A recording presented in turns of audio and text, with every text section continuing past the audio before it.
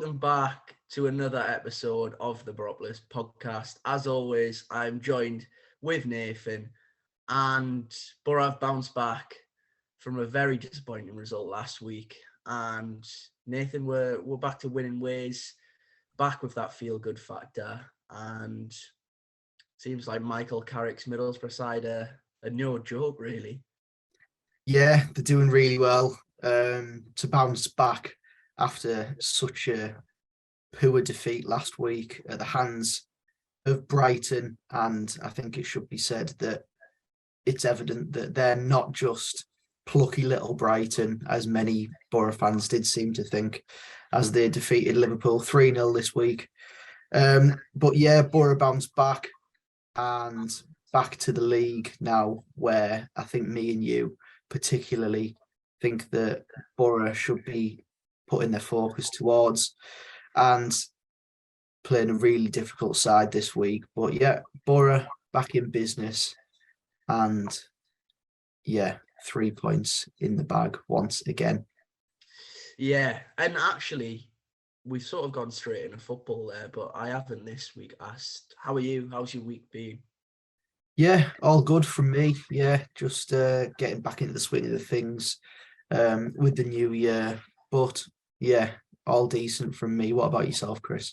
Yeah, all good as well. I think, especially during the transfer window, which obviously we can talk about a little bit, I guess in chronological order, we should probably talk about transfers before the football again, because obviously there's one sort of big story from this week, or last week, I guess.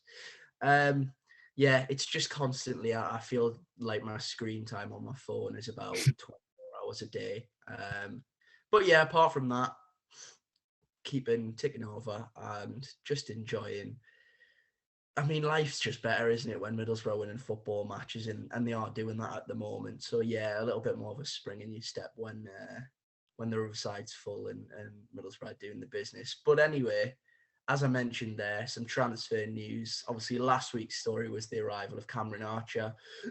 This week, we did see some exits, obviously not of huge key players. Dan Dodds has joined Hartlepool in a permanent deal, which I think a few fans were a little bit shocked by, given that in his brief cameo earlier on this season against Barnsley, he made somewhat of an impression. And from his previous loan, all good reviews, really. So I think when it was announced that it was a permanent departure, people were a little bit shocked. But yeah, Nathan, it's sort of hard to judge it on that one, really, because obviously he's still in the very early stages of his career. But I guess you would trust the club to really sort of foresee what level they think he can play at, I guess. Yeah, I think you would. You're right.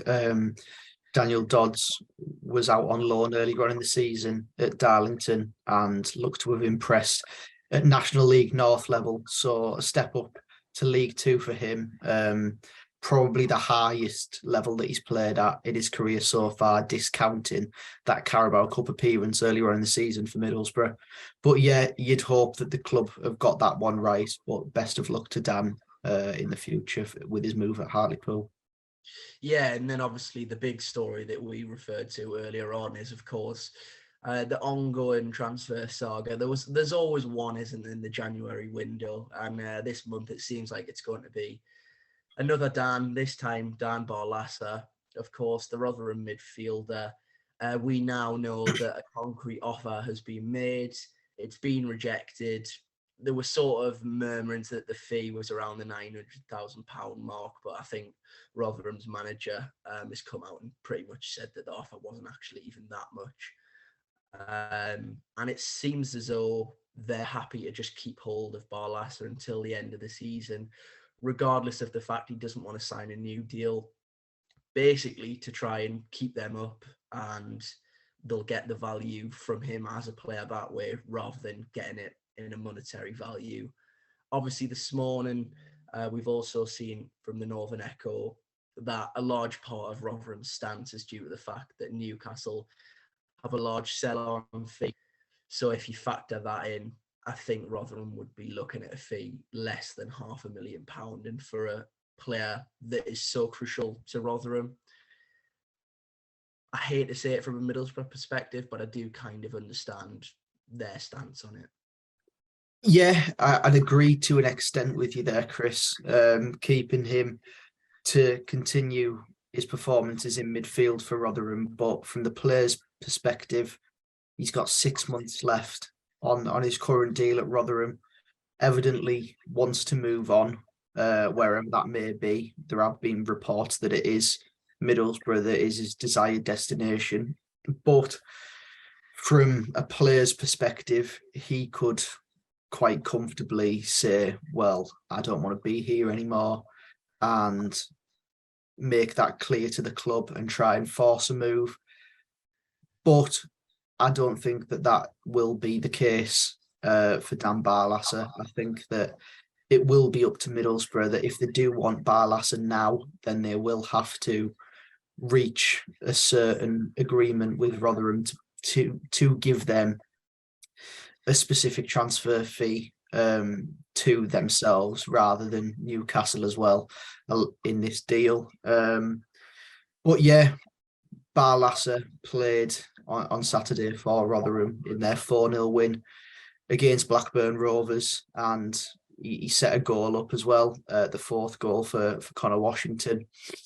But yeah, as you say, Matt Taylor, the Rotherham boss, after the game did sort of deny the reports from the Daily Mail that did say that Middlesbrough had placed a bid for Dan Barlaser of £900,000 and said that it was a lot lower than that figure. So we'll have to wait and see on this one, but it appears that the saga isn't over and it will be continuing long into the rest of the month and probably close to the deadline if Borough don't get it done sooner rather than later.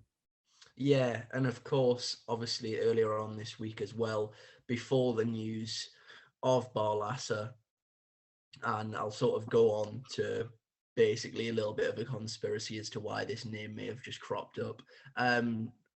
Sky Sports have reported that, and this name is no joke, despite what it may sound like, that Middlesbrough are supposedly keen on, and I'm probably going to butcher his name, Ardon Jashari. Yeah. Is that right, Nathan? I think so.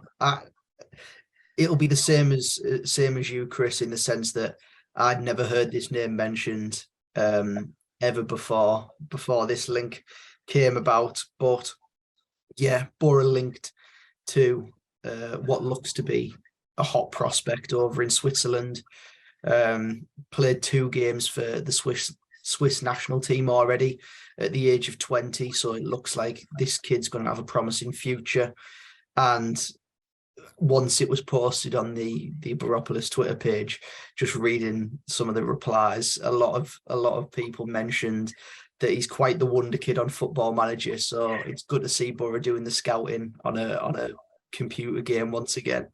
Yeah, and of course the name crops up. I think Barlaser was really a name that going into the window, everyone's sort of, I think I said in the last podcast, it feels like one of those deals that is a case of when rather than if. And I think he's really been the main target. It certainly seems that way from all the speculation.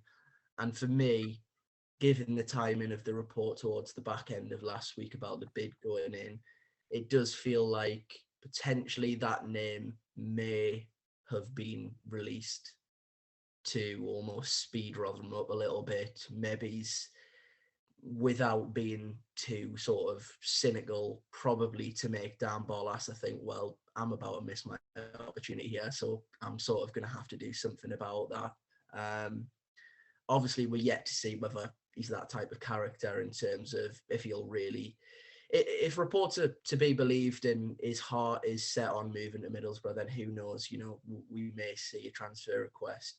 I think everyone sort of knows sometimes that clubs release a name to try and speed another deal up that they want to be done. And it certainly timing-wise did feel a little bit like that. But yeah, as you say, highly regarded in Switzerland and highly regarded on Football Manager, which some people would actually take more from, I guess. So, yeah, I think in terms of transfers, that's pretty much it. There was also a little bit of speculation about Solbrin and potentially clubs being interested in him.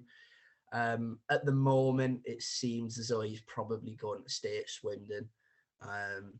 And also on the keeper front, Huddersfield and a lot of other clubs, including clubs in Scotland, seem to be keen on Luke Daniels. So I guess that might have a knock-on effect in terms of the goalkeepers, but, not huge news.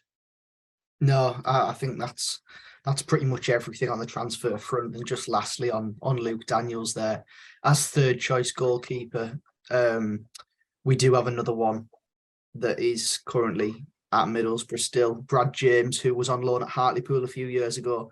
I've been quite surprised to not see him loaned out once again, since he was quite pivotal in Hartlepool being promoted from the National League back into League two seasons ago now. So yeah, he's still around at Middlesbrough. So I'd guess that he'd be number 3 should Luke Daniels leave Middlesbrough this window.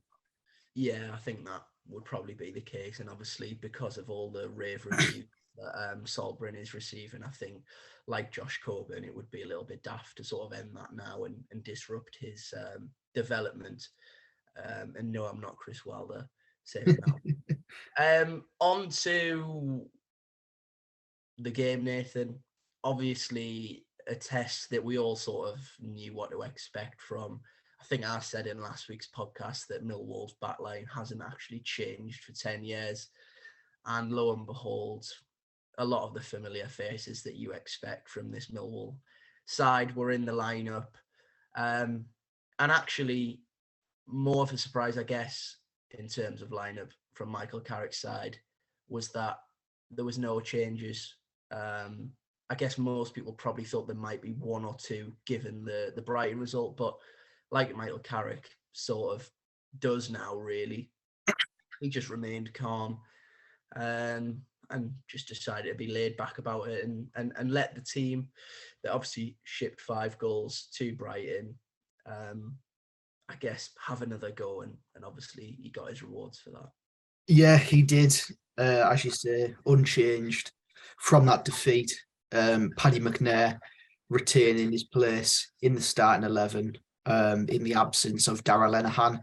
It appears now that the injury to Lenihan, a foot injury, is slightly worse than expected. Boro's still awaiting scans on that injury for Darragh Lenihan. So we'll have to wait and see on that front and see how long-term that's going to be. But Paddy McNair deputising in the absence of Darragh Lenihan for Middlesbrough. Going into the game, I felt that it was always going to be a tight game. I felt that was always going to be the case. And really, in the early stages of the game, there wasn't much to talk about. Middlesbrough dominating possession, as per usual, as you'd expect, with Middlesbrough being the home side in this one. One chance that did stand out in that first half was a chance for Chuba Akpom. Borough do quite well down that left-hand side, and a great run by Marcus Forss to drive inside, pulls away Murray Wallace, who was at left-back for Millwall on Saturday afternoon, creating a load of space for Chuba Akpom on Middlesbrough's right-hand side. A great switch by Matt Crooks, and Chuba is he's not one-on-one, but he has a chance to get an effort off on goal. And I would have expected him to kind of go into the near post that looked quite open from where I was sat. However, he opts to go across goal, and it's blocked. But in that first half, it was relatively quiet. We limited Millwall to, well, nothing really. There was one effort from Zian Fleming that didn't really test Zach Steffen. It was a comfortable catch for him. But yeah, a quiet opening 45 in terms of chances. What did you make of it, Chris? Yeah, again, like you say, to be honest, Nathan, I felt that we dominated. And I guess, like without sort of tarring every Millwall side over the last 15 years with the same brush, they were always going to come away from home and sort of sit as a unit and be quite happy to just soak up pressure and try and basically play off set pieces. And they had a few okay counter-attacks. There was that quite funny moment where they go to counter-attack, and actually I've just seen a TikTok from Middlesbrough's account, basically just taking the piss out of it, to be honest, because Callum Styles goes to, I think it's actually in a situation where it was either 4-on-1 or 4-on-2, and Callum Styles is dribbling into Boro's half and then just seemingly forgets the ball and trips over himself. Win the ball back. But yeah, that was the only real moment where I thought, you know, we could be in trouble here in the first half anyway. And as you say, you almost expect Chuba to put that chance away, and he doesn't, of course. It's not a bad effort as such. Perhaps just gets his technique slightly wrong. But in terms of possession, we dominated, going from side to side, keeping the ball.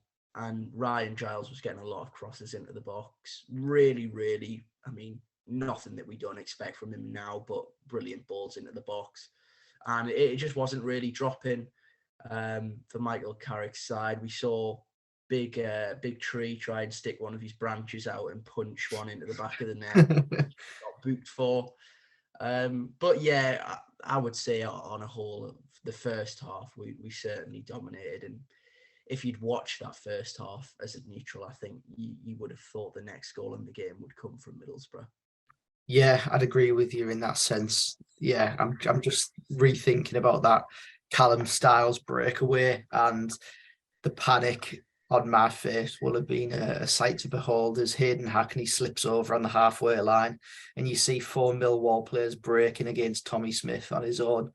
Yeah, it was a little bit of a worry, but Borough fortunate in that sense. Going into the second half, I think it's been a regular theme of Middlesbrough under Carrick so far that Borough usually improve going into the second half and pick the game up and usually start quite quickly after the break. And they did just that, getting the goal 10 minutes in the second half. Chuba Akpom holding the ball up, drags a few Millwall players out the way, knocks it into Johnny Howson. Johnny Howson plays a threaded ball down the side of Murray Wallace. And I think that Marcus Forss is possibly a little bit fortunate here that it doesn't get given as a foul for barging Wallace out the way. I think because Wallace doesn't go down on the contact, I think that nothing's given for that reason. Forss gains possession of the ball, tries to put a cross into the box. It deflects off Wallace, knocks him to the floor. Forss cuts inside on that left foot and whips one low and hard into the bottom corner of George Long's net. And yeah, it was a good goal for Middlesbrough, a good goal at a good time as well. And I think you could see the togetherness in the team celebration. You could sort of tell the importance of getting the first goal in the game. And I always felt that whoever got the first goal in the game would probably go on to win. And for Middlesbrough and Marcus Forss, it was a good afternoon.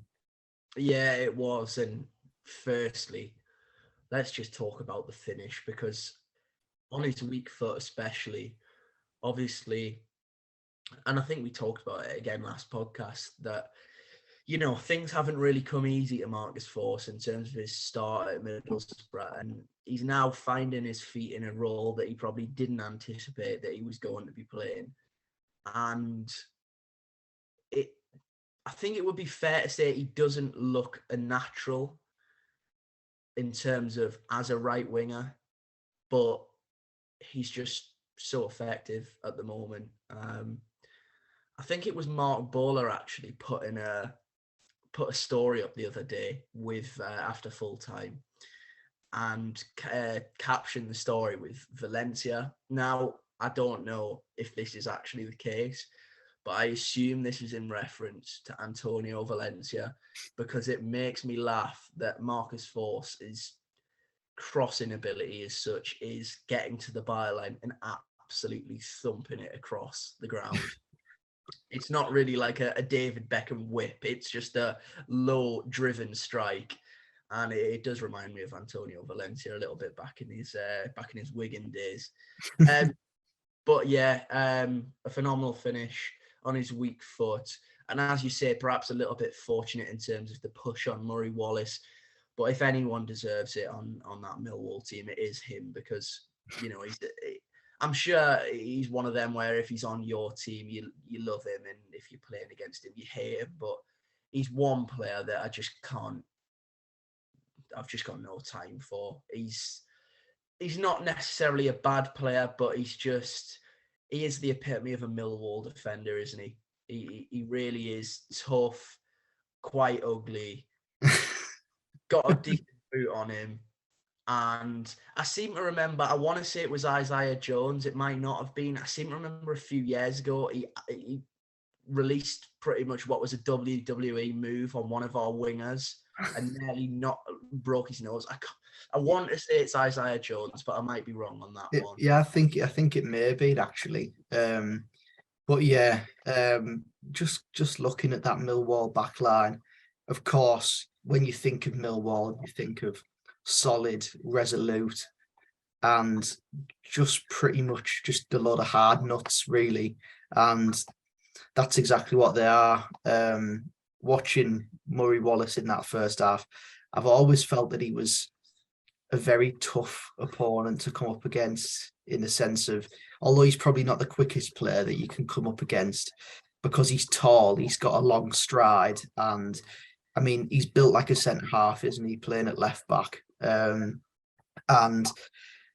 there was a moment in that first half where he got the ball on his right foot instead of his left, and yeah, you can tell that he's got away with using his left foot for his full career, because that right foot is probably just for standing on for Murray Wallace.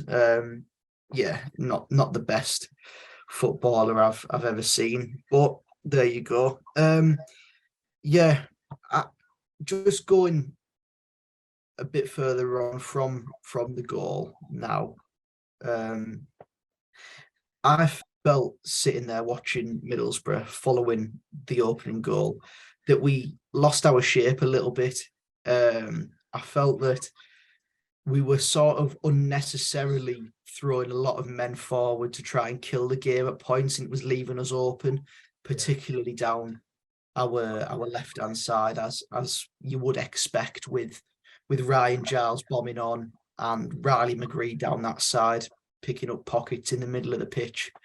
What did you make of Borough following the opening goal, Chris? Because it was just strange to me that we seemed to be going on and trying to kill the game instead of sitting in our shape and just sort of soaking up a little bit of pressure and trying to hit on the break. Yeah, I think you've got it completely right, actually. And I think it's a strength of Michael Carrick's team, but perhaps something to look at moving forward. And I'm sure Michael Carrick will be fully aware that, you know, his Middlesbrough team haven't really struggled to score goals whilst he's been in charge.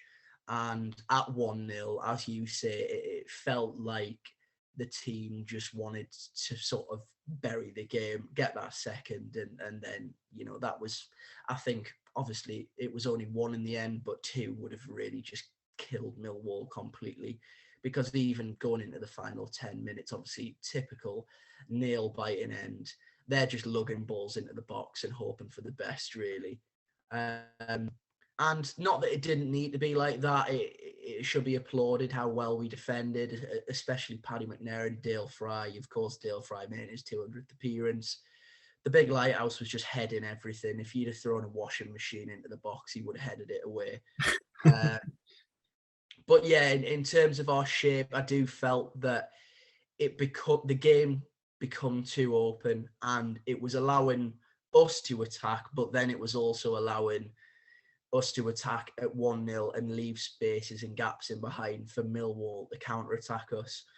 And I think the main sort of moment, especially from that left-hand side, was, I think it's Fleming who picks up the ball, and Paddy McNair just slips. And actually, I think Ryan Giles is perhaps a little bit fortunate to not give away a penalty. Yeah, I'd completely agree with you, Chris. I think McNair slips, but he also is done by Fleming. Fleming kicks it one way and goes round him the other. Does Paddy McNair and has a free run into the Middlesbrough box. And as Ryan Giles is trying to get back into position, he sort of just clatters into the back of Fleming, really. And we're kind of fortunate that Fleming doesn't go down and he tries to continue and play on. And Gary Rowett did speak about this post-match and say that Middlesbrough are fortunate that with Millwall's honesty, that Millwall didn't get a penalty in that sense. And I'd be inclined to agree with him, because as Ryan Giles has sort of clattered into the back of Fleming, I just braced myself for the referee to point to the spot, which luckily for Middlesbrough, he didn't do that. And Middlesbrough saw the game out, had a few nervous moments. One in particular, cross came into the box, sort of bundled round a little bit. Stefan came to punch it. I think he did make contact with it, but it ends up going behind him. Saville then flicks it towards goal, and I don't know who it was, but it's flicked over. It would have been written in the stars for George Saville to score the equaliser at the Riverside, but it wasn't to be. Middlesbrough saw the game out, got 3 points against the side that were level on points with him at the start of play, and moved up a place in the championship table. Now sat in 4th place, a point behind Watford, who were to come to the Riverside next. But yeah, all things are looking very rosy for Michael Carrick's Middlesbrough, aren't they, Chris? Yeah, they are. We're in a phenomenal position, and a position that myself and probably most others thought just wasn't possible given our start of the season. And I saw a tweet the other day, and of course, we would never have got Michael Carrick in at the start of the season and sacked Chris Wilder. By all means, we all sort of, to quote Steve Gibson, thought that we were going to smash the league under Chris Wilder. But yeah, I mean, I think you told me before earlier that at the moment we're picking up around about, or if not a little bit more than 2 points a game from Carrick's tenure. So I mean, that tells you everything you need to know. It's pretty much automatic promotion form, isn't it? And it's fantastic. Obviously, getting Cameron Archer in early only adds to that, and obviously he made an appearance again off the bench. Just to sort of talk a little bit about the way that the game panned out, I did actually feel that when Archer come on, it sort of not disrupted us, but I just felt like there wasn't as much of a cohesion, I guess. And obviously that'll come. It's still very early days. He's playing with players that he's never played with before. And this is nothing against Cameron Archer at all. It is just a case of Middlesbrough's team learning the way that he works and vice versa. But yeah, in terms of the position that we're in, I mean, I just never want it to end. It is very much quite scarily reminiscent of that sort of period under Chris Wilder where everything just seemed like it couldn't go wrong. And then all of a sudden we just started shipping goals. And I mean, it just went from bad to worse towards the back end of that season, going into this season, of course. One thing, obviously, that we haven't touched on yet in terms of I can't even get my words down, Nathan. A big talking point from the afternoon that didn't happen on the pitch was obviously the absence of Isaiah Jones from the squad altogether. We now know Michael Carrick has revealed that it wasn't to do with injury. It was a decision made by the coaching staff. And without saying so, it's almost felt like Carrick was pretty much sending a message to Isaiah Jones to say, you need to be better. It's as simple as that. And to be honest, I agree with it. And it's not a topic that we've discussed really, because obviously he's been on the bench and made small cameo appearances. But it would be interesting to hear your take on Isaiah Jones at the moment, because obviously for the first time in his Middlesbrough career, he's gone through quite a bad moment, really. Yeah, he is. And I think it's all sort of, it's nothing new, really, for Isaiah Jones. I think what we saw of him last season, firstly, under Neil Warnock, away at Fulham, where he came off the bench and looked really good at Craven Cottage on the opening day. And then into the season, he was dazzling in the opening few games for Middlesbrough, a real standout under Neil Warnock. And then as things started to peter out in Warnock's tenure, he sort of sloped down a little bit. But then with Wilder coming into the side and Jones being sort of stamped down as a a wing back, he was nothing short of outstanding for a period of 3 or 4 months. He was Middlesbrough's main outlet. It was pretty much shift it to Jones. If he can't do anything with it, shift it to the left-hand side. Don't try and go down the left-hand side. Leave Jones isolated with a fullback and shift it back out to him as soon as possible. Get him 1v1 and he'll kill the fullback, and we'll probably have an opening down that right-hand side. And towards the end of last season, we did start to get found out. Every team in the league doubled up, tripled up on Isaiah Jones, and it must have been really difficult for him to sort of deal with that and find out ways of how he would deal with that. And then going into this season, I think that the hope was that he'd add a few more elements to his game, such as getting into the box and being a possible man in there for goals, which we saw against West Brom on the opening day. Got himself into the box at the back post. Maybe a bit fortuitous how the ball lands at his feet, but he's there and he finishes that.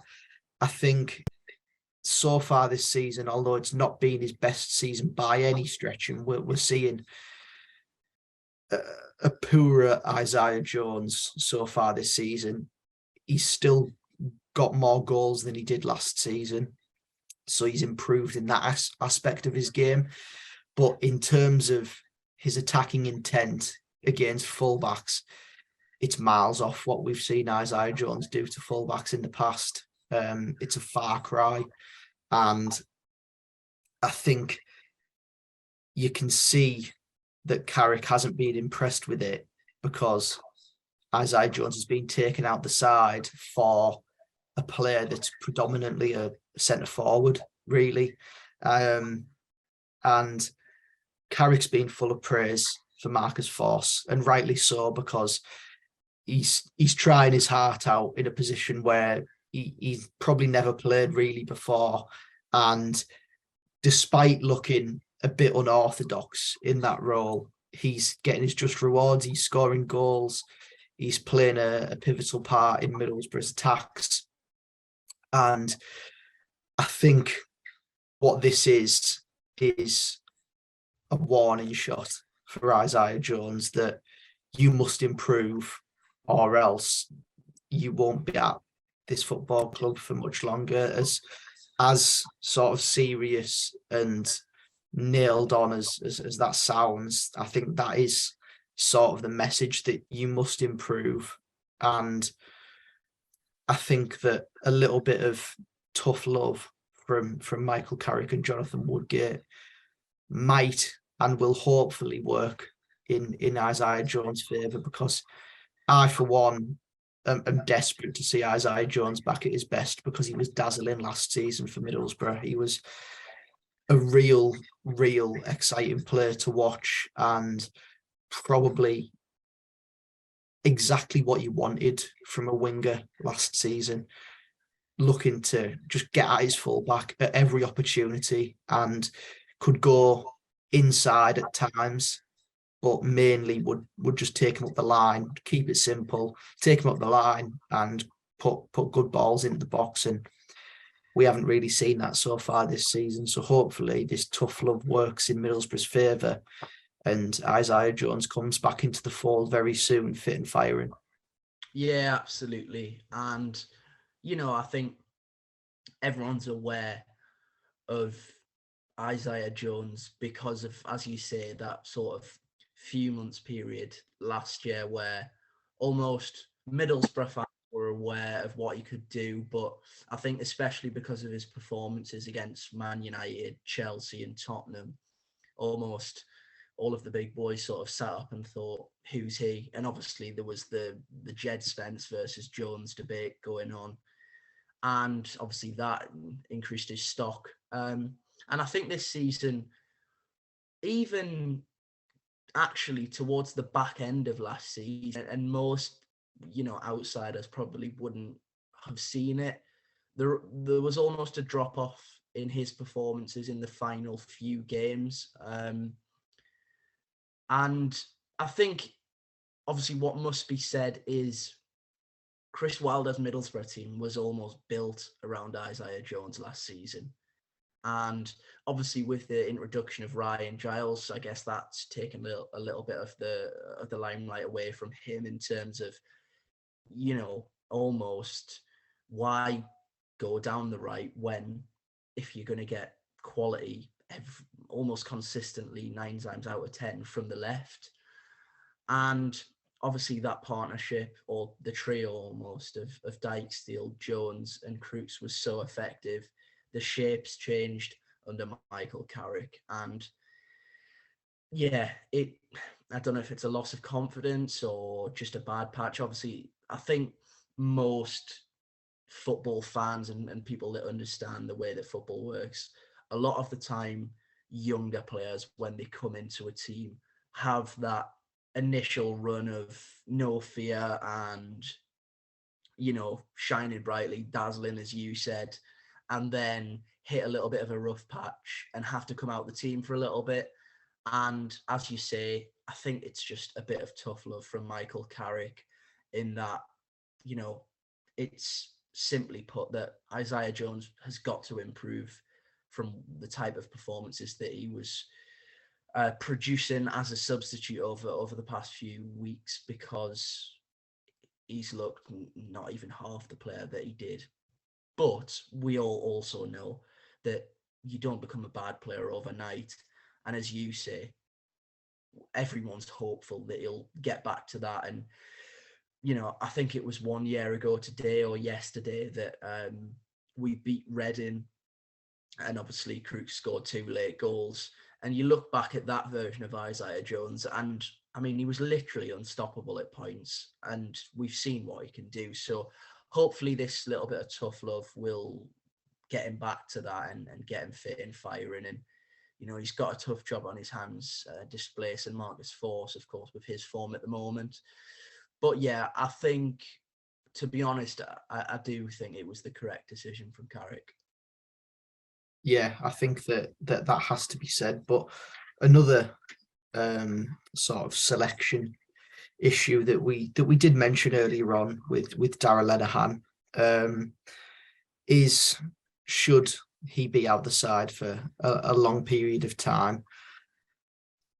Do you think that Middlesbrough would perhaps look to be dipping into the transfer market this window for a centre half, especially because if Lenihan's out, we haven't seen Matt Clark in a number of months now, pretty much since Chris Wilder left the club. We haven't seen Matt Clark for.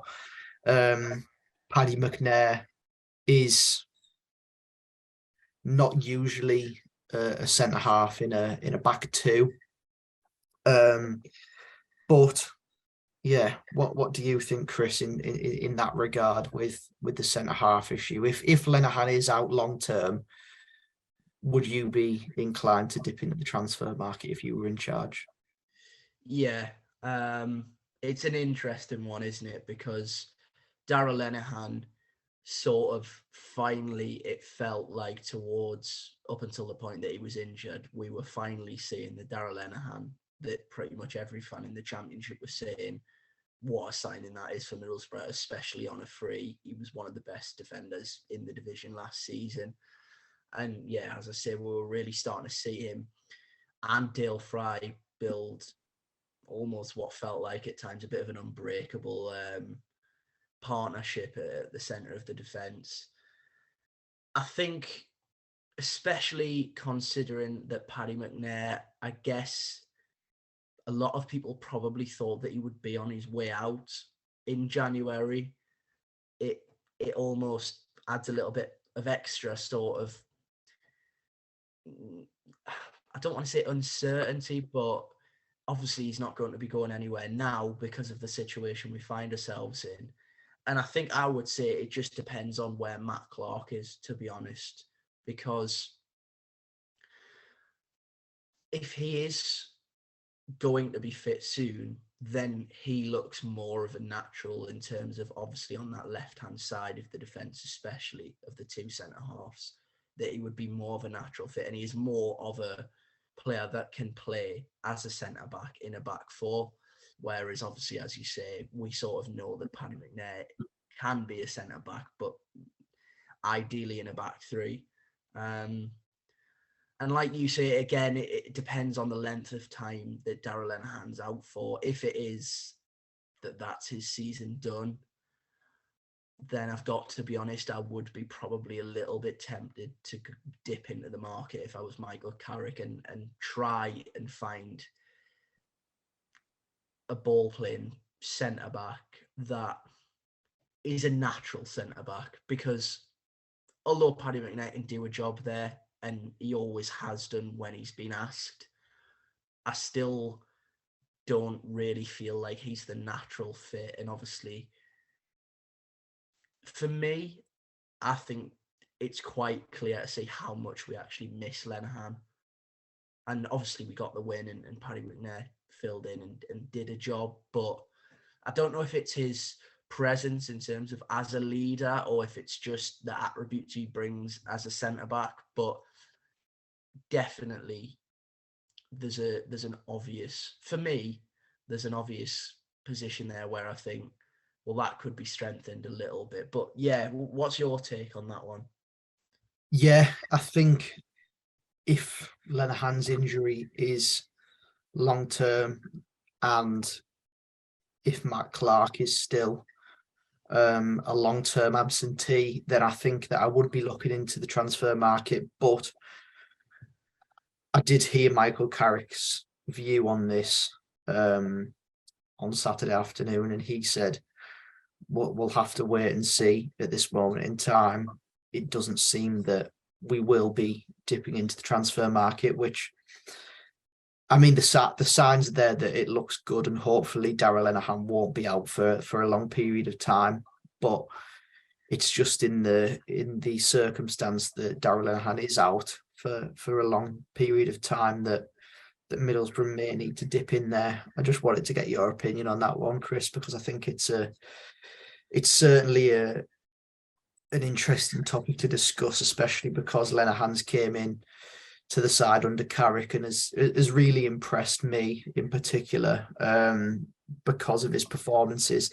I think you can see that he is probably a standout leader in that side. The Middlesbrough team, I don't think is full of leaders. I think it's full of a few strong characters there that are very likeable players in the dressing room, but I don't think there's any ready-made leaders apart from Darragh Lenihan and perhaps Tommy Smith in this current crop of Middlesbrough players.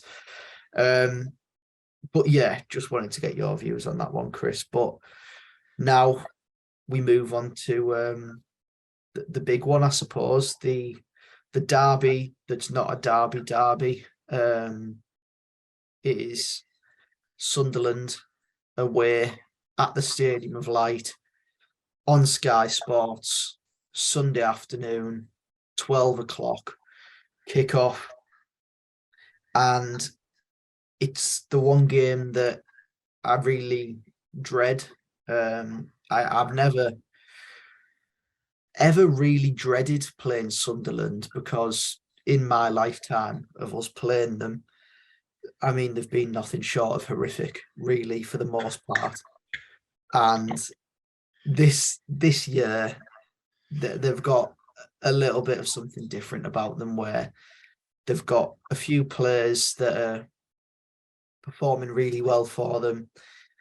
They've sort of got the fans back on side with the club a little bit, which it was funny to laugh at Sunderland in League One for the longest time, because they didn't bounce back after the first year, and then the second year, and then the third year, and it went on and on and on for years. But yeah, they've appeared to get the fans back on side now, which is obviously a positive for them.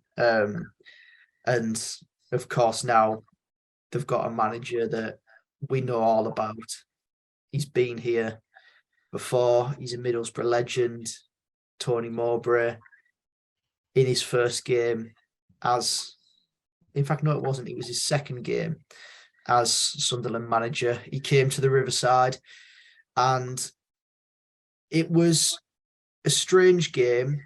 Middlesbrough were under Chris Wilder's regime at the time, and plenty of things has changed since then. On that day, Liam Roberts started in goal. Matt Clark played in a back three. Rodrigo Muniz started up front, and I think Alex Mowat played in midfield that night.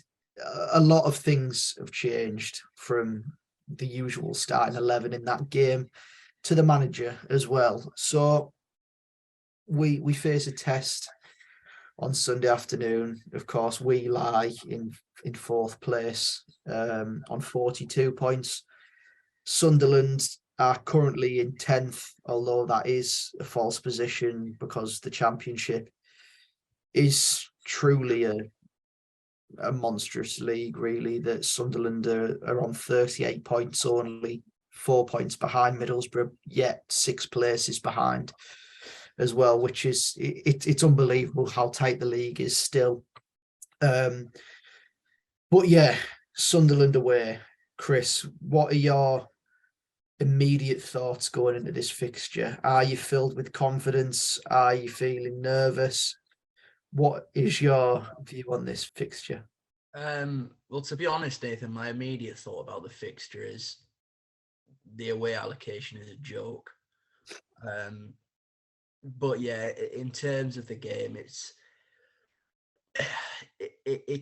one of the days in the football calendar for a Middlesbrough fan that, given that we haven't played Newcastle in about 1,000,000 years now, it is our closest thing to a derby that, I mean, Sunderland fans don't seem to think it's a derby, despite the fact that every time they come, they want to start some sort of aggro. But it gives you that little sort of butterfly feeling in the stomach of, oh God, we can't lose to these lot. And without putting too much of a kiss of death on things, touch wood, it's been quite a while since that's happened. So, you know, it's a nervy one, isn't it? And I guess you mentioned some of the changes from the last fixture, which obviously we come out on top of. The fact that they will have Ross Stewart dropped out of their team before the game had even started, and of course had that injury layoff, and now he's back and in fine form. So that's a whole different test for Borough's back line to deal with.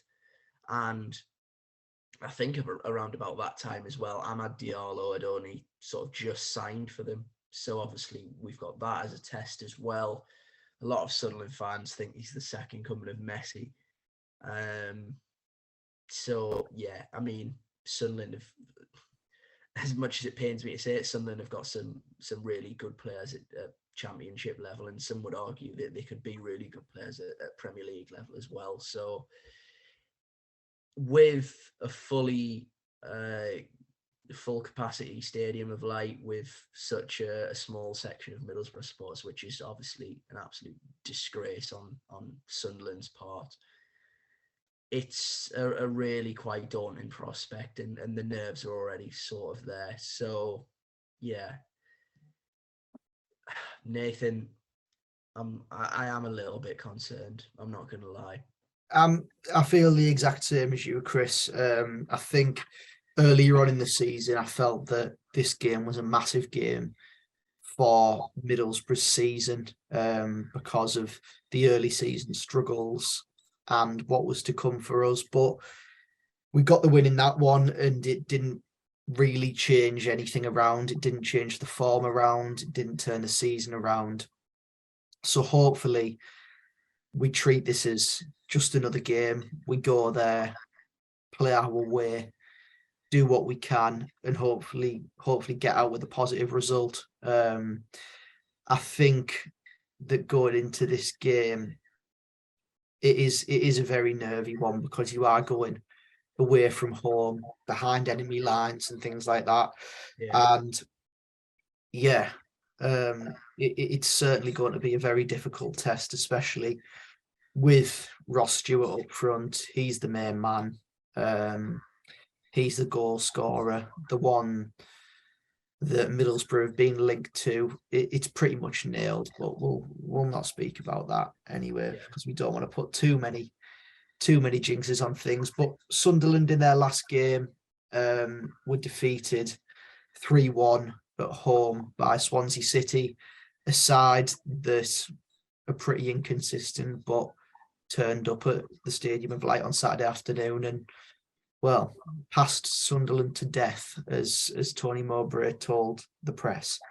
A red card in that one for Sunderland means Luke O'Nien will be missing out of this game. A player who I think would relish a derby fixture, probably try and fly into a tackle, as he did on Saturday afternoon, where the crowd got a little bit leery because they didn't get a penalty, and 18 seconds later he was walking off the pitch. Yeah. So yeah, going into this game. Here's a question for you, Nathan. Go on. Would you take a point now? I'd snap your hand off for a point. I wouldn't care. I wouldn't care if it was 0-0, 1-1, 2-2, 3-3, 5-5. I couldn't care less what the game was like. Going into this game, I would snap your hand off for a point. At the start of these three fixtures that I made a big deal of 2 podcasts ago now, I did say that if we were to go unbeaten in these 3 fixtures and pick up 5 points minimum, I think that I'd be over the moon with that, and we're 3 points towards that already with a victory against Millwall. So yeah, I'd love to go unbeaten here. I think that I'm talking myself into being less nervous by thinking, well, if Sunderland beat us, they're still behind us anyway, so oh well. But yeah, I will be inside of the Stadium of Light on Sunday afternoon. I did get tickets for Sunderland. What an ordeal that was. It continues to be an ordeal for the final 187 tickets that went on sale this morning that have now sold out. But yeah, a shambles in terms of ticketing sales. Let's hope that Middlesbrough's performance isn't a shambles. Yeah. I mean, that would be a start, wouldn't it? This game feels a little bit stranger than the last few, because I've gone into the last few and I've been really looking forward to watching Middlesbrough play. But I feel in this one in particular, it sort of throws form and league position out the window. As we saw earlier on in the season, Sunderland got off to an incredible start in the Championship, the first season back in the Championship, came to the Riverside and got beat 1-0 by a side that were really, really struggling at the lower parts of the table. This time it appears that both sides are a little bit more evenly matched in terms of league position, in terms of managers having grips on what their best teams are. I just hope that we go there, put in a good performance, pick up a positive result, and get out there unscathed. Really, that'd be ideal. Yeah, it certainly would be, and I think that's probably a nice point to leave this podcast on before we both manage to worry ourselves to death and actually are just a bag of nerves before it's even started. I'm sure we'll be a bag of nerves anyway on Sunday. But yeah, as you say, let's hope we can get out there unscathed. And hopefully Michael Carrick's brilliant start as Middlesbrough manager continues. From me, Nathan, as always, thank you ever so much for watching and listening. It's always nice to record the podcast off the back of a win. So yeah, it was a nice one this week, upbeat once again, and hopefully we can repeat that for you next week. As always, if you're watching on YouTube, please do like and subscribe. And for audio listeners, please do leave a kind review on any audio platform that you listen on. And finally, from me, Nathan, we will see you again next week. And fingers crossed, Borough do the business at the Stadium of Light. See you next week.